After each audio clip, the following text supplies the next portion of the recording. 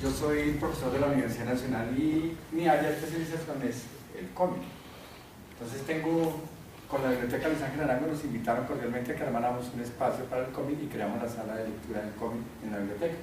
Y en ese mismo espacio nos propusieron que hiciéramos una actividad cada quincenal o mensual con los que iban a leer cómics. Entonces creamos un laboratorio de cómic que se llama el Comic Lab de la Biblioteca Luis Ángel Arango. Ya llevamos 3 años, no más, como 4 años, ¿no? Como 5 años, y nos ha ido muy bien. Entonces allí llegaron Hernando y compañía y me enrolaron aquí, me enrolaron acá. Yo dije con mucho gusto que sí lo hacía, pero que me dieran tiempo para preparar, porque de todas maneras hablar de cómic y ciencia ficción nos quedaríamos aquí por la eternidad, porque la ciencia ficción y el cómic están muy relacionados y muy unidos. Entonces les voy a hacer como un untadito así, un untadito, los voy a dejar ahí con la provocación y yo sé que ustedes van a seguir investigando y buscando y leyendo. Bueno, ¿esperamos o comenzamos? Pues yo creo que comenzar, pero vamos a usar un poquitico las luces. Eso, apaguemos las luces, porque eso no vemos nada con esas luces. Sí, bueno. Esto también. Adelante, La adelante la con la luz del... Señor capitán, hágame el favor, me pasa la presentación. Qué pena usar un capitán. ¿Cuál es el cargo más bajo de la nave? Alférez. Yo que soy un alférez, entonces le pido al capitán que me pase la presentación.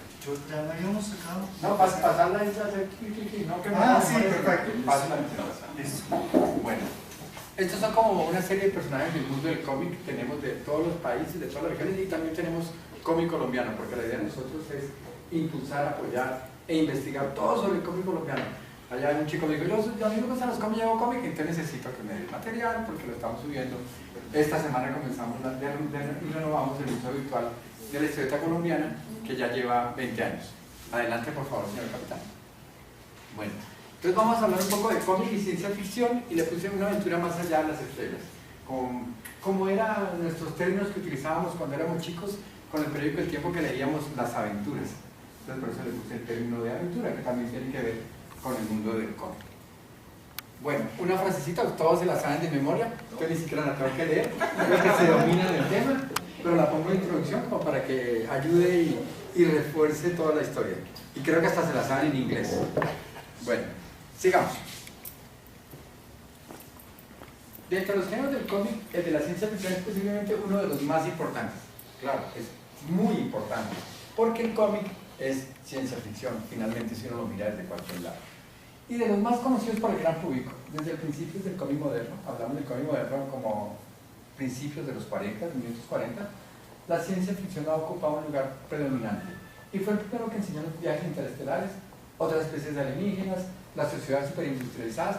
¿Por qué? Porque el dibujo es lo que facilitaba más el acercamiento a este tipo de gráficas. Claro, nos tocaría remitirnos también a la literatura. Podemos quedarnos en el cómic, pero pues, si nos vamos más para atrás tenemos que hablar de literatura y tenemos que hablar de los escritores del siglo XIX, ¿no? Entonces tendríamos que hablar de Julio Verne, tendríamos que hablar de esos escritores que nos pusieron también a pensar en otras posibilidades. Para muchos estudiosos, dentro de este género se incluyen las historietas de superhéroes. No, separemos las historietas de superhéroes, no las metamos ahí, porque sería muy complicado y tendríamos que estarnos aquí, no horas, sino una semana, 2 semanas hablando de cómics. Pero están, chino, pide, afana, no afane. Devuélvase. Es para darle oportunidad a los que se van a buscar la hamburguesa vegana de que lleguen después de subir semejante loma. Cuando lleguen aquí ya van a tener hambre. Pero es tan grande su industria que al final se ha merecido un género aparte de sus propias características. Por eso es que está de moda y ya está impulsándose mucho el cómic de superhéroes. Fíjense cuántas películas hay en la cartelera en este momento, que Spider-Man, que la Liga de la Justicia, que los X-Men, todos al mismo tiempo, porque es muy exitoso el cómic de superhéroes. Yo siempre pongo las referencias para que se den cuenta que no me inventé nada. Esto me lo saqué de un evento que hubo en la Biblioteca Pública del Estado de Ciudad Real, México, que hicieron un encuentro de cómic y ciencia ficción. Mostraban originales y todo eso. Me lo encontré en internet y me pareció wow, espectacular. Una portada de un cómic de Viajes Estrellas de la primera temporada y de la primera editorial que los publicó. Más adelante les voy a contar un poquitico de eso. Hernando muy juicioso me entregó una memoria con todos los cómics, sí, no sé cómo hizo. Todos los cómics de Viajes Estrellas, impresionante. Realmente el primer cómic de ciencia ficción que hubo, la primera acercamiento a la viñeta como tal, fue este cómic que se llamaba Skycap from Mars de AD.com. AD.com era el dibujante. Y es una viñetica como un personaje, como que un extraterrestre que había venido y se encontraba con los problemas de la vida cotidiana. Esto se publicó en 1907. Y lógicamente fue lo primero que se podría hablar de cómic y ciencia ficción. Era una viñetica, ¿cierto? Como una observación que hacía el señor de todas las situaciones de los terrestres. Es muy interesante. Está en internet, se consigue toda. Siguiente. Primero hablemos un poquitico de las características de por qué tenemos que hablar de ciencia ficción en el cómic. Son historias que transcurren en un tiempo diferente al actual, por lo general, o en el futuro, o en el pasado, ¿cierto? Generalmente se encuentran en un futuro inmediato o muy lejano, como Star Wars, en un futuro muy lejano, pero muy lejano, ¿cierto? Viajan a estrellas y se acercan un poco y dicen que es con la vida terrestre. Star Wars dice que nada con los terrestres, es un lugar que no sabemos también. No hay que confundir las historias que transcurren en un pasado remoto y ficticio. Es así, no hay que confundirlas porque Conan pertenece a un pasado remoto de la Tierra, antes de antes de antes. Pero eso no es de ciencia ficción. Esas historias se engloban dentro de la fantasía heroica, El Señor de los Anillos. Eso también es fantasía heroica, no es ciencia ficción. Algunas veces estos cómics presentan mundos ficticios semejantes al actual, donde los elementos filosóficos, sociales, físicos o tecnológicos son muy parecidos o han evolucionado. Entonces esa es la idea, ¿cierto? Se representa una riqueza imaginativa grande donde se incluyen naves espaciales, robots, alienígenas, planetas extraterrestres, viajes en el tiempo. Eso da el cómic es el que da la opción de crear tu realidad. Claro que hoy en día el cine ya se ha acercado mucho a la posibilidad de que todo eso que nos imaginemos se pueda ver, se pueda visualizar. Si tienen preguntas, me las hacen ahí. Pregunta. Se produce una mezcla entre imágenes reales y otras totalmente creadas. Por lo general, uno se basa en lo que conoce, ¿cierto? Entonces, por eso se siente como muy identificado. El cómic busca también que se identifique mucho con el lector, ¿cierto? Estamos hablando también de las series, que los cómics y las series están pensadas para cada época. Sigamos. Bueno, atrás un momento. Para hablar de la viñeta. Lógicamente, esto es los cómics de los años 50, donde siempre hay una heroína en apuros. La heroína siempre tiene falda muy corta y lógicamente aparece el héroe, el chacho que la va a salvar. Entonces, ¿cómo hace una heroína para estar en el espacio sin máscara, sin nada? Ya se había jugado hace tiempo. Siguiente. Suelen ser historias largas porque se necesita tiempo para desarrollar todos estos nuevos mundos, todas estas lenguas, lenguajes, todas estas razas alienígenas, toda esta tecnología. Y un subgénero dentro de esta es el space opera. El space opera gusta mucho. Ese estilo que narra aventuras de forma romántica, que suele tener lugar en el espacio, donde el personaje es donde los personajes son el arquetipo héroe-villano, o sea, hay un héroe, hay un villano, y por lo general hay batallas, viajes estelares y romance. Siempre hay un romance, ¿no? Entonces aquí estamos viendo una que se llama Magnus, que también sucede, pero en el futuro de la Tierra. Este es años 60 más o menos, se plantea cómo sería el futuro de la Tierra. Hay grandes autopistas, grandes avenidas. Magnus anda con este pantalón muy cortico y la niña también anda con una falda casi transparente. Sigamos. ¿Qué pasó? ¿Cómo vamos a arrancar? Vamos a arrancar por hacer un poquito de contexto histórico. Hablamos primero de la Gran Depresión de 1929 norteamericana, no colombiana. Colombiana estaba nadando en dinero porque habíamos acabado de recibir el dinero del Canal de Panamá, que se lo robaron, pero lo recibimos. Y lógicamente esa Gran Depresión hace que los lectores norteamericanos quieran buscar algo para medir esa situación en que están rodeados. Estamos mal, estamos en una situación terrible, busquemos algo que nos pueda llevar a otro lugar y a otros mundos que no tengan que ver con lo que estamos viendo. Perdón, pero Europa había pasado por una Primera Guerra Mundial, ¿no? También Sí, estaban llevados. Entonces, grandes escritores de ciencia ficción eran europeos, ¿no? H.G. Wells y Verne en el siglo XIX. Sí. Entonces te pregunto, ¿por qué es en Estados Unidos que hay esa explosión en el tema de la ciencia ficción? ¿Es porque estaba creándose como un imperio industrial o...? Sí, claro, y no solamente eso, sino porque el cómic es un modelo norteamericano. Realmente el cómic surge muy fuertemente en Norteamérica. ¿Por qué? Porque el cómic no es... Hay una discusión grande con los europeos no es un cuento secuencial de una gráfica secuencial, porque dicen, no, que los egipcios. Sí, claro, pero usted no se puede cargar una pirámide entre el bolsillo. Eso es el cómic. El cómic es que es periódico y usted pueda transportarlo y leerlo en cualquier momento, y además es diario. El señor que dibujó los jeroglíficos en egipcio no hizo uno diario, uno para leerse diariamente. Entonces por eso el fenómeno del cómic es norteamericano, porque nace allá en Estados Unidos a finales del siglo XIX, cuando hay dos grandes emporios de prensa que quieren coger esa posibilidad de que lleguen nuevos lectores que vienen de la inmigración, que no leen inglés, para que aprendan a leer inglés, y los niños. Entonces hay que pensar en el público joven para que comiencen a leer. ¿Y cómo lo hacemos con el cómic? Por eso es que el cómic es un modelo muy fuerte norteamericano. Luego el cómic pues va a invadir otros espacios, pero por ahora está muy duro en Norteamérica, y Norteamérica ha creado los sindicatos para distribuir el cómic por todo el mundo. Siguiente. Pues el primer cómic que vamos a hablar es Buck Rogers. Ese es el primer cómic de ciencia ficción. En 1924 el astrónomo Carl Sagan anunció la existencia de galaxias más allá de nuestra Vía Láctea. Pues claro, lógicamente hay que agregar todo lo que está pasando alrededor para que aparezcan los eventos. En el 26, Robert Goddard lanzó el primer cohete con combustible líquido. Antes de eso nadie había lanzado un cohete, no sabía que era eso un cohete. Acero inoxidable, tostadoras y máquinas de afectar eléctricas, radares, calculadoras, aeroplanos cada vez más sofisticados, nuevas maravillas que sorprendían continuamente a la sociedad norteamericana a finales del siglo XX. Perdón, de principios de los años 20. Por primera vez en su historia se sentían próximos al futuro. Inventos, artefactos, tecnología, capturaban la imaginación de la gente. En ese favorable ambiente proliferaron los soñadores, visionarios y creadores. Esta es la idea que tenían de cómo sería Nueva York en el futuro. Hay muchas gráficas de cómo sería en el siglo de 1910, 2020 el futuro. Siguiente. Este es París. Sería París. Pero lógicamente tienen que mezclar, ¿no? Tienen que mezclar el Art Nouveau, el Art Deco con el futuro, que la idea era esa, ¿no? De todas maneras, sí, cuando digamos en los 70s, 80s, vamos a ver también una posibilidad de que ahorita en el 2000 estaríamos en autopistas y todos andaríamos volando, que todavía no ha sucedido, nos han engañado. Ni siquiera tenemos metro. En agosto de 1928, en esta revista, Amazing Stories, apareció el primer episodio de una historia que se llamó Skyler of Space, de Edward Elmer Smith y Philip Francis Nowell.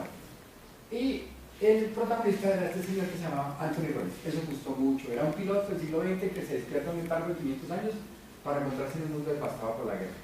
Pero ojo, porque esto era una novelita, no era un cómic, era un pulp book, ¿verdad? Escrito, todo escrito, para leer, literatura. Siguiente. Y entonces había un editor, un señor que se llamaba John F. Dill, que la leyó y le pareció maravillosa. Y buscó al escritor y le dijo, oiga, hagamos un cómic. El cómic está de moda, hagamos un cómic.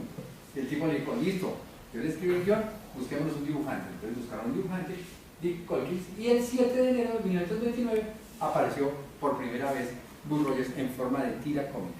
Tira cómica es en blanco y negro, en periódico, y para publicarse de lunes a sábado. La historia comenzaba con un joven Rogers que acaba de ser desmovilizado después de finalizar la Primera Guerra Mundial. Y mientras estaba haciendo unos trabajos de prospección en profundidad de una mina abandonada en Pittsburgh, la mina, hay un extraño gas, explota la mina y él queda ahí sepultado.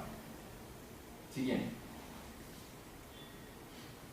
Pero no, él no ha muerto, sino el gas lo ha dejado como una especie de estado animado o animación suspendida, y luego él va a despertar 500 años del futuro, ¿no? Cuando sale, aparece 500 años del futuro. Y lógicamente la Tierra ha evolucionado. Ojo, diferente a la versión que ustedes vieron en cine, en televisión y cine. Ah, muy bien, buenas, ¿cómo les va? Hola, señorito Equivo. Buenas. Qué miedo. Estar comprometido con la causa.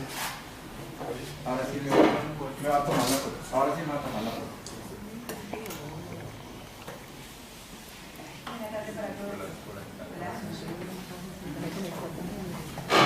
Digamos, si ven la relación que existe entre el libro publicado, el cuento publicado en Amazing Stories, y esta es la tira cómica, esta es la primera tira, de las primeras tiras cómicas que se publicaron. Claro, hay elementos interesantes como el mercadeo, ahí vendían la pistolita, vendían la nave de Buck Rogers. Hoy en día son piezas de colección, chéveres tenerlas, pero hoy en día son piezas de colección. La tira apareció en casi 400 periódicos, acumulando 500 millones de lectores todos los días. 400 buenas tardes, ¿cómo van? 400 periódicos quiere decir que se publicó en muchos lugares del mundo, ¿cierto? Muchos lugares del mundo, porque esa es la famosa creación de los sindicatos. Los sindicatos hacen que el trabajo de un dibujante y de un guionista se masifique. Lógicamente se cae con todo el dinero, pero si a mí me dan 50 centavos de dólar por 400 veces que aparezca, multiplique. Entonces no tengo ningún problema en ganarme ese dinero.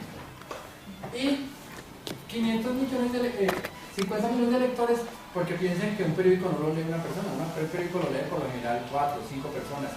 Y eso hace que se masifique la lectura. Buenas tardes. Ese simple y aplastante hecho numérico tiene un claro significado social. Para la inmensa mayoría de los estadounidenses, el primer contacto con los temas y la iconografía de la ciencia ficción no vino a través de la literatura, sino del cómic. Siguiente. Para mantener la historia tan poderosa como fuera posible, John Deel, el editor, el que habíamos nombrado, el que estaba interesado, consultó científicos de la Universidad de Chicago. Él fue a hablar con los científicos de la Universidad de Chicago para que les sugirieran, por ejemplo, diseños de trajes espaciales para no contaminar la luna con gérmenes cuando Buck y sus compañeros hagan el viaje a la luna. Otros tópicos de ciencia ficción con los que los lectores pudieron marearse fueron la serie de cohetes controlados por televisión, los cinturones antigravitacionales, variedades de seres alienígenas, piratas espaciales, radares robotizados, vidas alargadas científicamente, máquinas electrónicas o ciudades submarinas protegidas por cúpulas transparentes. Todo eso apareció dibujado y creado por los creadores de este cómic. Sigamos. En 1939 se hizo una serie de televisión. ¿Se acuerdan de la serie de televisión? Bueno, algunos. Hay jóvenes que no se acuerdan. Bueno, haga por ahí lo ven en Netflix con el Pato Lucas. Pero esa es una adaptación que se llama Duck Dodgers en el espacio. Buenísima, esa es de 1950. Es una parodia de Buck Rogers. Esta se titulaba Buck Rogers en el siglo XXV. Ojo, la anterior se llamaba Buck Rogers en el siglo XXIV-XXIX, no 25 como la puso la serie de televisión. Y fue protagonizada por este señor Jay Gerard y por esta señorita Erin Gray. Dicen, Erin Gray tenía tan apretada la ropa que se la cosían de pie. Ella estaba de pie y la cosían para que ella pudiera tener muy apretada la ropa. Esa ropa me quedaba. Pero eso es lo que buscaban los fans de la serie. La serie estuvo entre 1979 y 1981. También se hizo una película, y lógicamente los turistas, como siempre en todas partes hay turistas, echaron peste, terrible, horrible. Porque Buck Rogers también se hizo en telematinal. Buck Rogers en blanco y negro también se hizo, con el mismo protagonista de la otra serie que les voy a mostrar ahora. Bueno, y lógicamente tampoco les gustó mucho la actuación del actor, porque el actor hacía como un tipo divertido, hedonista, que no le gustó mucho a los seguidores de Buck Rogers. Sigamos.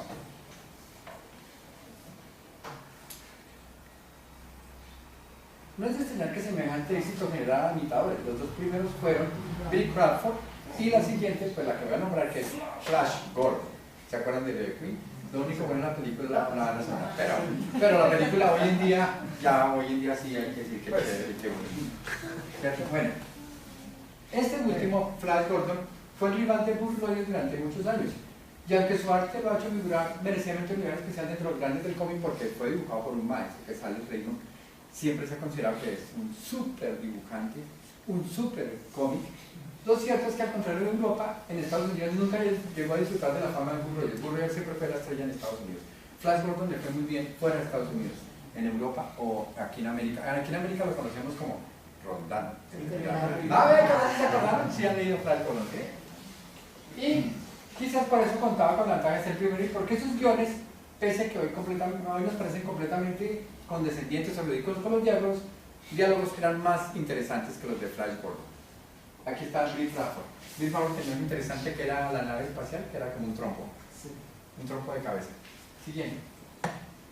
Ahí está Flash Gordon, que ustedes lo conocen como Roldán, el temerario. Y lo conocemos por ese uniforme más que por este. Sí. Es una space opera que narra la aventura de Flash, un jugador de fútbol americano, que fútbol de fútbol no soccer, sino el fútbol americano. ¿Acuerdan la Pues de película? hecho, o sea, aparte del uniforme es parte de o sea, del mismo uniforme. Del mismo uniforme de fútbol. ¿Acuerdan la película que él va con una chica que se llama Dana, que nunca han dicho la profesión? En estos días hubo una discusión en el Facebook, todo el mundo preguntaba, ¿y qué hacía Dana? ¿Cuál era la profesión de la señora? Entonces muchos dicen periodista, investigadora, pero nadie sabe cómo es, de qué era. Y un científico loco, que nos parece interesante el nombre, el doctor Sarko, entonces es como ruso, ¿no? Porque en ese momento ya aparecen las grandes potencias, ¿no? Los asiáticos, los surafricanos y frente a los norteamericanos. Entonces en ese avión van el jugador de fútbol americano, la chica y el científico. Se necesita un científico siempre para poder tener una aventura, porque ¿quién va a resolver los problemas si no tenemos un científico? Y llegan a un lugar que es el planeta Mongo, y el planeta Mongo hay un tirano que es el Ming. Ming tiene cara de chino, es chino, recontra chino y nos quiere invadir. Entonces la invasión comunista, esa es la invasión comunista. Y bigotes de chino. Entonces, se parece a otro personaje de los cómics que se llama Fu Manchu. Bueno, y lógicamente Ming quiere conquistar la Tierra. Hay un romance entre Flash y Dave, ¿cierto? Pero también aparecen otras niñas que están interesadas en Flash, como la princesa Aurora y la princesa que vive también en las nieves y la princesa que vive en los árboles. Y también Ming quiere a Dave a toda costa. Él quiere a esa muchacha a toda costa, entonces se la roba. Bueno, un montón de cosas pasan. Siguiente. El dibujante, ese señor se llama Alexander Giscard Raymond y es el famoso Alex Raymond. Nació en Nueva York el 2 de octubre de 1909 y desde su niñez mostró mucha afición por el dibujo. No estudió nada dedicado con el dibujo porque su papá quería que tuviera esa profesión, una profesión respetable, como ser ingeniero. Y lógicamente, pues él se negó. Su primer empleo fue como agente en la bolsa de Wall Street, pero cuando se quebró Wall Street se dedicó a dibujar y entró a la escuela de artes, a la gran escuela de artes. Alex Raymond produjo como dibujante tres grandes historietas. La primera fue el Flash Gordon, la segunda fue el Jeep de la jungla, y en la Segunda Guerra Mundial se presentó al ejército y se fue al ejército. Cuando se fue al ejército, entonces otros dibujantes se encargaron de sus cómics, y cuando él volvió ya no quería dibujarlos, entonces se encargó de hacer otra historia que se llamó Rick Kirby, como un agente secreto. Por esos días estaban de moda los bolios, los carros rápidos, y un amigo le dijo, probemos un carro que está muy bonito, que tiene muy buena velocidad. Otro dibujante que se llama Steinbeck, vamos a probar ese carro y no sé qué, se mató. Siguiente, solo lo de él, que iba de copiloto, el que iba manejando no se mató. Bueno, entonces aquí estamos viendo las diferentes versiones de Flash. Aquí estamos viendo cuando la Segunda Guerra Mundial, que Flash estaba en Mongo y retorna a la Tierra, ayuda al ejército norteamericano a ganar la Segunda Guerra Mundial y se regresa otra vez a Mongo a luchar contra el tirano. Aquí estamos viendo las teleseries muy importantes. En los matines, se presentaban en los matines en los años 40, aquí en Bogotá también, en el Teatro Faenza, que eran antes de la película o de la gran película, se presentaban los corticos, pero eran básicamente pensadas para el público juvenil. Entonces los niños íbamos al matiné, cambiábamos los cómics con los amigos, había un evento de un show de un mago, un payaso, y luego nos pasaban el telefilm. Ese telefilm duraba un poquitico porque tocaba volver la semana entrante a seguir viendo y a seguir viendo. Y lo interesante es que Buster Gray, que también está acá, que protagonizaba Flash Gordon, también hizo Buck Rogers, hizo los dos personajes. La serie de televisión, la película, la famosa película, con la banda sonora de Queen, que ustedes se acuerdan. Y esto, lo más importante para nosotros los colombianos, que es este dibujante que se llama Al Williamson. Al Williamson es de mamá colombiana y papá norteamericano. Y entonces por eso él nació, se fue criado en Bogotá y fue uno de los que después aportó bastante al cómic norteamericano, pero él se acordaba muy bien de Bogotá y decía, cuando me llevaban a matiné a Bogotá, yo veía las películas de Flash Gordon y por eso hoy terminé dibujando este cómic que quería siempre hacer. Siguiente. Planet Comic. Más tarde surgieron las historias de superhéroes que tendrán su propio hueco como género propio. Aparecen en los años 30 y 40 Superman, Batman, X-Men, todos esos. Pero esos tienen ya su espacio, hay que dejarlos aparte. Y queda otra parte del mercado segmentado y es cuando aparece Planet Comic, que fue publicada en Estados Unidos, ahí estoy diciendo, los muchachos de Planet Comics siempre andan con las faldas muy corticas, y en Reino Unido comienza a publicarse en el periódico una que se llama Gap. Siguiente. Ahí están viendo las portadas de Planet Comics, donde la chica siempre está en apuros, falda cortica, y el héroe viene siempre a rescatarla. Siguiente.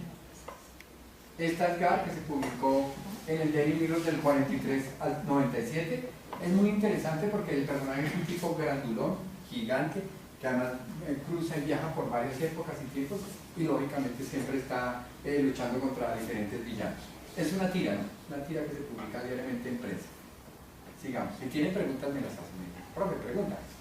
Bueno, en Bélgica en el 46 va a aparecer estos dos personajes muy interesantes en la revista Tintín, que son Black y Mortimer, que es, fíjense, un militar y un científico que tiene una serie de aventuras de ficción.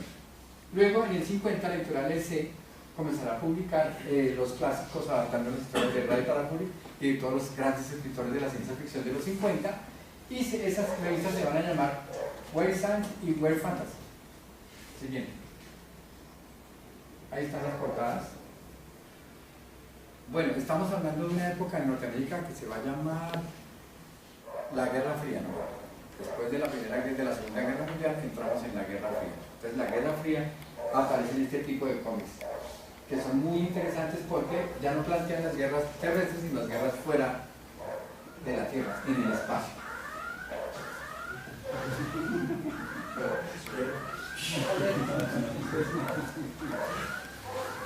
Bueno, siguiente. Me gusta hacer. Vamos a ver los regalos. Qué bueno que no estamos en México, yo he salido corriendo todos. Esa la alerta sísmica. Ya habremos corrido todos. Bueno, dentro de esta revista vamos a hablar de un cómic muy interesante, pero muy interesante. Se lo recomiendo que por favor lo bajen y lo lean. Se llama Judgment Day, el día del juicio.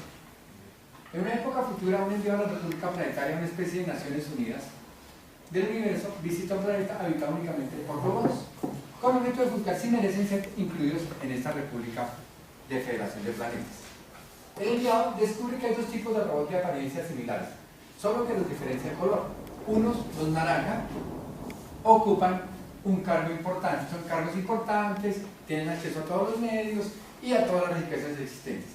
Los azules, en cambio, viven aislados en una ciudad suburbia, en condiciones penosas y no obligados a ocupar la parte trasera de los buses, se les niega la entrada a los restaurantes naranjas y son relegados a los trabajos más duros. Estamos hablando de 1950. 1950 en Estados Unidos. Sigamos leyendo el cómic. Sigamos. Ante el descubrimiento, el enviado se niega a aceptar el ingreso al planeta de los robots. Y cuando ustedes le preguntan que por qué, él les dice que tiene mucho que aprender. También nosotros cometimos errores, similares a los suyos, en otro tiempo, pero aprendimos a corregirlos. Algún día ustedes también lo harán. Y entonces volverán a invitarse al reunir a la República. Cuando los astronautas estuvieron en la nave, se quita el casco y es este personaje.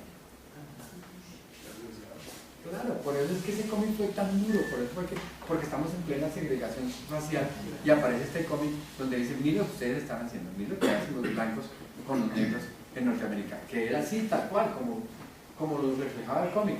Los blancos, los negros tenían un sitio para sentarse en los buses, tenían escuelas tenían lugares, no pueden entrar a tales lugares porque eran lugares solamente para la raza de la supremacía blanca. Bueno, y al final el enviado se marcha y ya dentro de su nave se quita el casco de traje especial que ha tenido puesto durante toda la historia y no nos impide ver su rostro hasta el momento final, porque el astronauta jamás se quita el casco, solamente en ese momento se quita el casco ya. Bueno, después pulieron la versión, lo blanquearon y todo, pero ese cómic produjo una crisis dentro del cómic norteamericano. Esa crisis lo llevó a crear el código de ética del cómic y a intentar acabar con todos los cómics de ciencia ficción, de terror, de sexo, todo pasó de todo. Todavía lo tenemos latente. Siguiente. En 1951, Dan Barry, ahí están viendo el programa general que ustedes conocen, tomó la serie Flash Gordon y le dio un estilo más científico, comenzó a buscar personas que le contaron, y por eso cuando leímos Flash Gordon, el Roland que nosotros leímos se parecía más a lo que estamos viviendo ahora de la carrera espacial. Perdón, en los 70 la carrera espacial, ahora no hay carrera espacial por ahora. Y lógicamente crearon nuevos amigos, nuevas relaciones, familiares, todo un montón de cosas que eran atractivas. Esto se vio reflejado en el cómic de Sky Master del gran maestro Jack Kirby, que se publicó en el 58, esa búsqueda científica, esa búsqueda de relacionarlos de verdad con el ambiente actual. Y lógicamente Jack Kirby se va a volver muy popular porque al lado de Stan Lee va a ser el que va a construir la Casa Marvel, ¿no? El que va a crear los grandes personajes de la Casa Marvel. Siguiente. En Japón también están pasando cosas. El gran maestro, el dios del manga, agaché la cabeza, Osamu Tezuka, no en vano tiene el título, porque el señor es un gran creador. Primero que todo, el señor es médico, botánico, y se dedica a dibujar manga. Y dibujando manga hace 3.000 páginas, 30.000 páginas, una vaina así, de cantidad de dibujos, y además es el impulsor del mundo del manga en todo el mundo, porque él descubre que ese producto que se produce solo para los japoneses también le interesa al resto del mundo, y él masifica el manga con el anime. El gran personaje es este niño robot que se parece mucho a Pinocho, y lógicamente se están reflejando allí las normas que crea Isaac Asimov sobre las leyes de la robótica. Ustedes conocen las leyes de la robótica. Siguiente. Tintín. Tintín tiene algún capítulo muy interesante. Son 2 tomos, uno que se llama Objetivo de la Luna y otro que se llama Aterrizaje de la Luna, donde el Ye llama a Estados Unidos, habla con los científicos de la NASA, habla con Von Braun y le pregunta cómo será el viaje a la Luna. El viaje a la Luna todavía no se ha realizado, estamos hablando del 54, y acuerdan que el viaje a la Luna es en el 69, estamos hablando del 54, y el Ye ya tiene varias inquietudes que se ven reflejadas en el cómic del viaje a la Luna. Lean por favor el viaje a la Luna de Tintín, es muy interesante. Lógicamente 3 años después se va a lanzar el primer satélite artificial, el Sputnik, hasta 3 años después de que apareciera Tintín en la Luna. Siguiente. Otra vez Japón, y en Japón vamos a hablar de los robots, de los grandes, de los mecha. Y ahí estamos viendo uno de esos grandes mechas y luego el otro que se popularizó mucho, que fue Majin Z en el 72. Siguiente. Y lógicamente tienen que estar en Latinoamérica presente. Latinoamérica está presente con este que es el Eternauta. El Eternauta es una creación de un escritor que se llamaba Héctor Germán Westerhead y un gran dibujante que se llamaba el maestro Francisco Solano López. ¿De qué trata el Eternauta? Hay una gran nevada en Buenos Aires, pero esa nevada es venenosa, mortífera. Si sale uno, queda muerto. Y es que descubren que hay una invasión extraterrestre en Buenos Aires. Y el único que se enfrenta a esa nevada es este Juan Salvo, que se pone como una especie de escafandra, que toma un traje de buzo y le agrega otros elementos para que no sea tocado por la nevada. Entonces les recomiendo que por favor lean el Eternauta, para que vean la versión latinoamericana de la ciencia ficción. Siguiente. Lo que les dije, ahora apareció el código de ética en el cómic. Las asociaciones de padres, las asociaciones de profesores y sobre todo un psicólogo de origen alemán hizo una gran investigación, ¿no? De investigación profunda. Se fue de cárcel en cárcel preguntando a los jóvenes, ¿usted qué lee cómic? ¿Usted qué lee cómic? ¿Usted qué lee cómic? ¿Sí? El cómic es dañino. ¿Por qué están todos los tipos en la cárcel? Porque leen cómics. El cómic no es literatura, eso es peligrosísimo, no hay que permitir que los jóvenes lean cómic.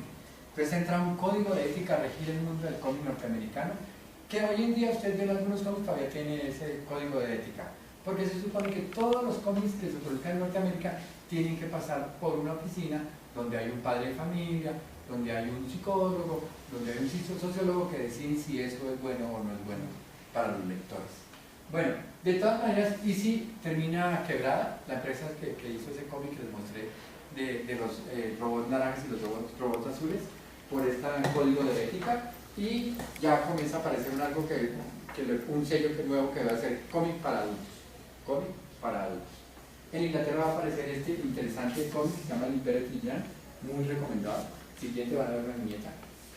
Sí. Miren, es muy chévere, así muy bien dibujado. Estamos hablando de los años 50, finales de los 50, principios de los 60. Siguiente. En Francia, en cambio, y en Europa, la gran revolución mientras que en Norteamérica hay censura, límites, en Francia va a aparecer esta Barbarella. Barbarella es una creación de Jean-Claude Forest, le encargan, Jean-Claude Forest es un cómic futurista y él crea esta muñeca que, además de ser una mujer muy libre, muy liberal, puede disfrutar plenamente de sexualidad en todas su sexualidad en todas las páginas de los cómics. Entonces vamos a ver encuentros de yo con ella, bueno, etc. Siguiente. Este mismo autor va a crear un cómic muy interesante que se llama Los náufragos del tiempo, que apareció en 1964. Forrest escribió el guión y un gran dibujante que se llama Paul Guillon hizo los dibujos. Se publicaron solo 10 páginas en el 64, no gustó mucho en el público, pero ya en el 74 se publicó completo y en el 77 comenzó la serie. ¿De qué trata? Siguiente. ¿Se acuerdan de Buck Rogers? Lo mismo, a finales del siglo XX, Christopher Cavalier y Valerie Hood, su compañera han sido destinados, que le ha sido destinada en el siglo XX, deciden quién con quién, y son libertados. 1000 años después, al despertar, se encuentran en un planeta totalmente cambiado, amenazado por los Traxes, unas ratas mutantes inteligentes que están invadiendo sistemáticamente el sistema solar. Christopher ha despertado muy separado a Valeria y debe encontrarla. Entonces hay como 3 tomos en que él está buscando a su compañera. En su periplejo encontrará curiosos personajes que enriquecen la saga: el Tapiz, su principal adversario, Liz Dale, un comandante con medio rostro metal, Kirina, una atractiva mutante, y muchos más. Siguiente. Valerian. Vieron la película que pasó hace poquito. Valerian también aparece en el 67 y es un cómic que tiene mucho de estos elementos, ¿no? Viajes en el tiempo, en naves espaciales. Y lo más interesante es que luego hay 2 series como Star Wars y el quinto elemento que van a tomar elementos de este cómic. Star Wars tiene un montón de cosas de Valerian y el dibujante que es Messier dice que el señor Lucas nunca le ha escrito una carta diciéndole: vale, gracias, chévere su cómic, me lo robé esto y esto y esto. Siguiente.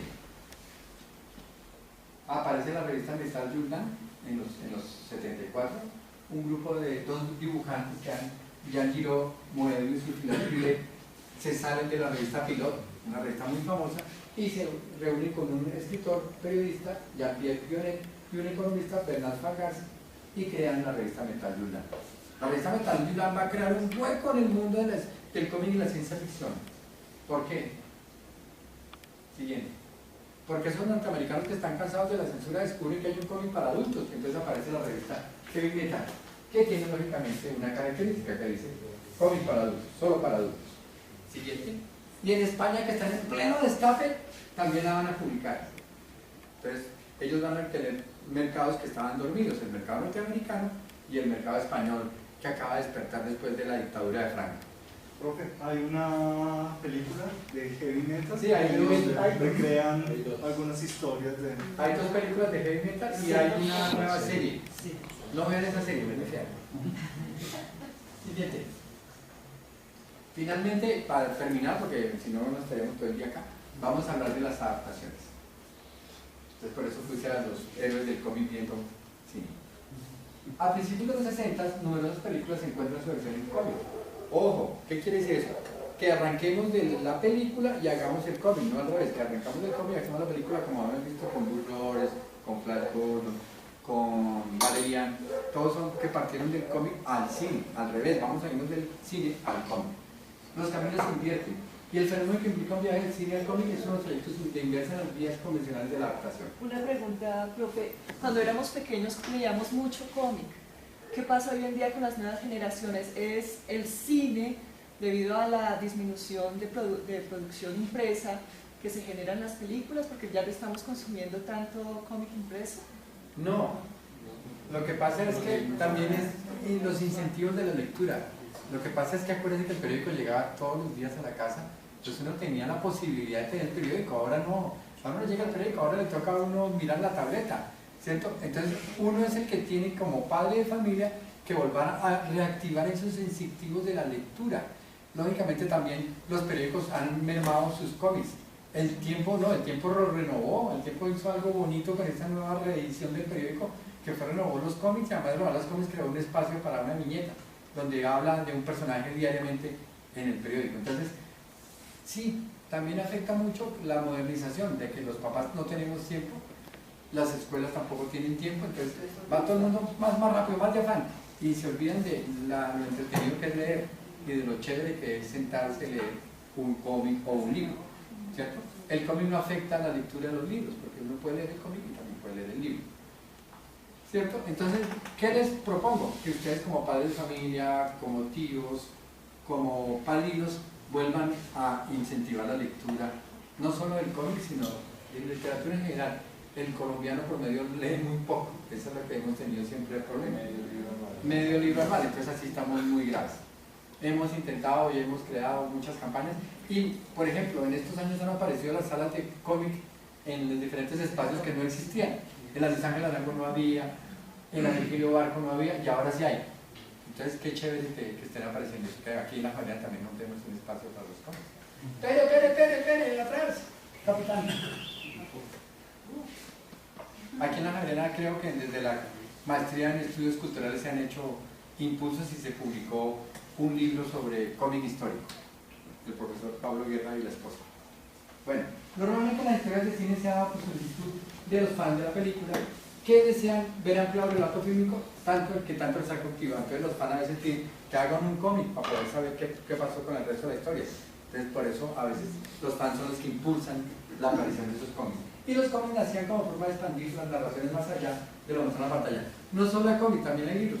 Ustedes conocen los libros de Viajes de Estrellas en forma de novela. O los de Star Wars en novela.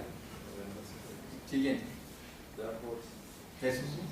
La primera que se hizo en cómic y se adaptó al cómic fue esta, 2001, una Odisea del espacio. ¿Cierto? Se contrató a Jack Kirby para que la dibujara y Jack Kirby dibujó más allá del 2001, porque él dibujó la película, pero luego siguió y sacaron muchas más aventuras sobre lo que pasaba con esas series alienígenas allá en ese planeta donde llegó el astronauta. Sigamos. Ahí están viendo la adaptación. Estos son los primeros dibujos de Jack Kirby y esta fue la primera portada. Lógicamente eso hoy en día es una pieza de colección. Sigamos. La segunda adaptación fue Star Wars, que es muy simpática, porque acuérdense que George Lucas cedió sus derechos. Él dijo que no hay problema, que es con esa parte de los derechos, pero me dejan todo el mercadeo. Todos los mercados me dejan mi cómic, figuras de acción, ropa, todo. Los de la 20th Century Fox dijeron, pero está loco, no va a ganar nada con eso. Bueno, déjenle Spider-Man, déjenle eso. Se tardó el plan. Estos cómics pertenecen al denominado universo expandido, una colección de material que da vida a la franquicia más allá del celuloide, formada por videojuegos, novelas, series de televisión y cómics. Fue el primer cómic cauce para ampliar el mundo de Star Wars a través del lanzamiento de una serie de historietas para Marvel Comics. Sin embargo, se considera que fue el séptimo número de la serie el iniciador del universo expandido, pues los 6 primeros ejemplares eran una adaptación literaria de la serie. Bueno, importante, muy importante, dos nombres que están acá: Al Williamson y Carlos Garzón, los dos de origen colombiano. Al Williamson ya les había nombrado, que su mamá era colombiana, y Al Williamson vino a, su mamá murió, falleció, y él vino al entierro de su mamá, ya pues cerrar la casa y todo eso, y conoció a un grupo de dibujantes, dibujó unos jóvenes en los años 60, que eran muy, así como ustedes, entusiasmados por un área, les gustaba mucho el cómic y tal y pascual, y él encontró ahí a un dibujante, Carlos Garzón, y le dijo: oiga, usted dibuja chévere, ¿por qué no se viene conmigo a Estados Unidos? Y Carlos Garzón, que era muy joven, y en Estados Unidos en los años 60, que no ponían tanto problema, se fue a Estados Unidos, y él es uno de los dibujantes colombianos más conocidos porque ha dibujado no solamente Viajes de Star Wars, sino Star Trek también. Ha sido dibujante de Star Trek y es colombiano. Siguiente. Ahí están viendo la de Bruce Banning, el viaje serial del dibujante de Tarzán, el que también dibujó Magnus. Siguiente. Y el Star Wars de Al Williamson. Esta es con Carlos Garzón, Williamson y Garzón. Tiene mucho el aire de Flash Gordon, porque acuérdense que el Williamson, el primer encargo que hizo fue Flash Gordon. Entonces por eso tiene ese aire de Flash Gordon, sobre todo los seres fantásticos. Siguiente.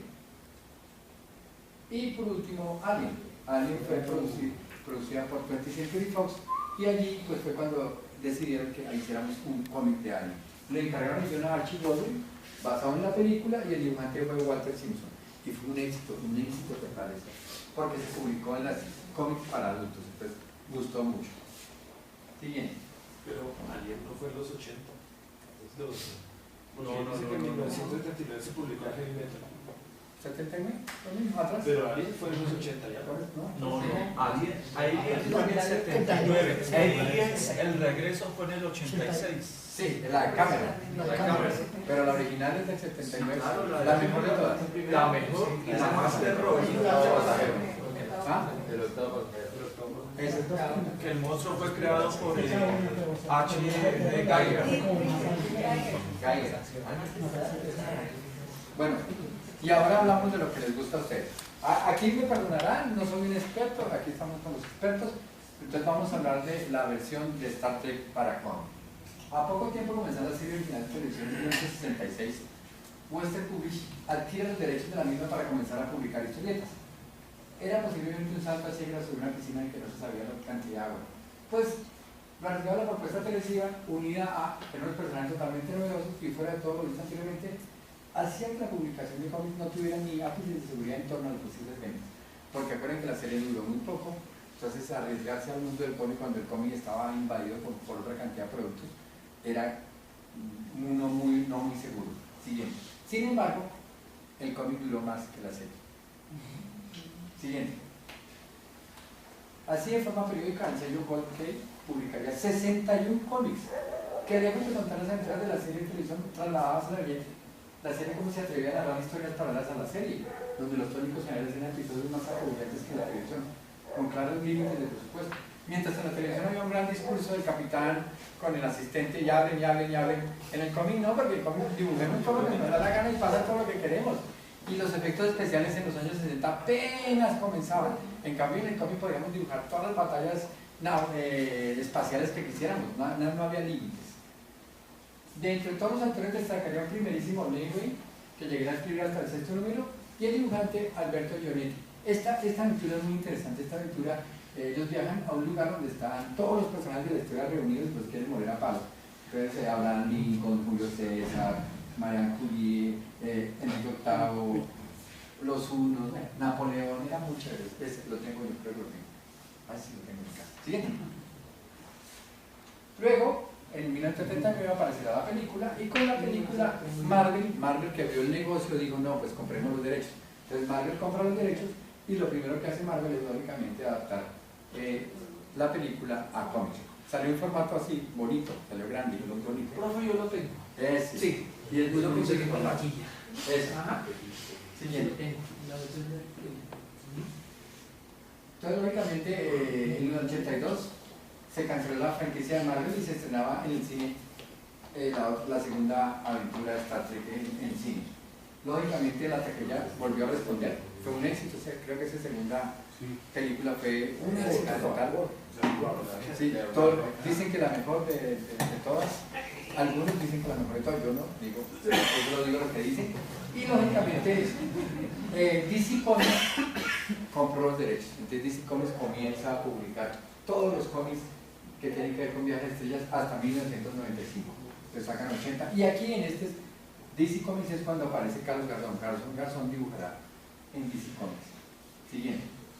Aunque la película no se iba a llamar así. No, ¿cómo se iba a llamar? Se iba a llamar como la película 6, The Undiscovered Country. Ese fue el nombre que le puso, bueno, que la produjo, pero después ya, cuando él ya vino a estrenarla, a verla, bueno, le cambiaron el nombre. Ve aquí un montón de ringtones que me tienen que regalar. Ricardo Villagrán, importante para nosotros porque Ricardo Villagrán es latinoamericano, es argentino, entonces fíjense que varios de nuestros dibujantes han trabajado para este mercado norteamericano. Siguiente, y algo interesante, la fotonovela, que fue muy chévere. Star Trek es de las primeras que tienen fotonovelas. Esas se conseguían también en español, salían en librito. Sí, señor. Las editó Televisa. Televisa México. El mundo. Entonces, lógicamente, para esto hay que hacer fotos. Y me imagino que además de ir filmando la película, había unos fotógrafos que esperen, ya filmaron, ya hicieron la escena, ahora tomemos las fotos. Porque las fotos son planeadas, no son sacadas de la película. Son fotos para hacer la fotonovela. Siguiente. Mientras DC publicaba a la vez cómics basados en la serie original, la nueva generación Paramount daba luz verde y estrenaba Espacio Profundo 9, me parece terrible, Deep Space Nine. Cerrando su mínima expresión, la exploración y dando alas a las tramas y oscuras posibles dentro del universo. Una nueva editorial, se aparece en Malibu Comics, será la que decide tomar ese contrato de DC y seguirá creando nuevas aventuras en cómics de las nuevas series de viajes a estrellas. Siguiente. Durante 5 años la franquicia quedó en el aire, nadie la quería, nadie quería saber nada de viajes a estrellas, pero en 2006 una editorial independiente y DW adquiere los derechos y es la que tiene los derechos hasta ahora. Esos sí han hecho lo que les da la gana. Han hecho de todo y esos cómics se consiguen fácilmente. Siguiente.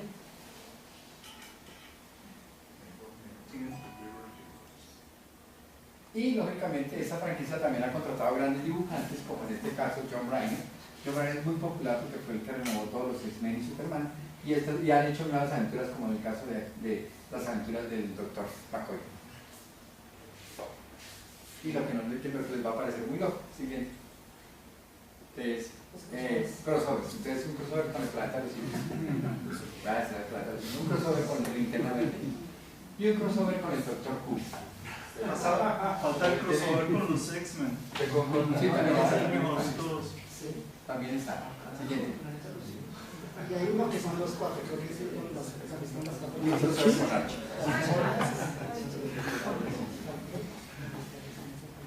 Y el de los X-Men, que sí, que por ahí tú lo tenías y no lo puse. Siguiente. Y yo que me siento así, un niño de los años 50. Con la ciencia ficción de los 50. Bueno, preguntas. ¿Preguntas? ¿Por qué se quedan así?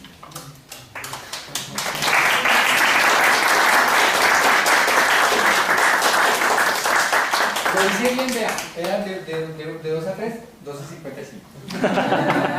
No, profe. Gracias. No tenemos que pagarles literal.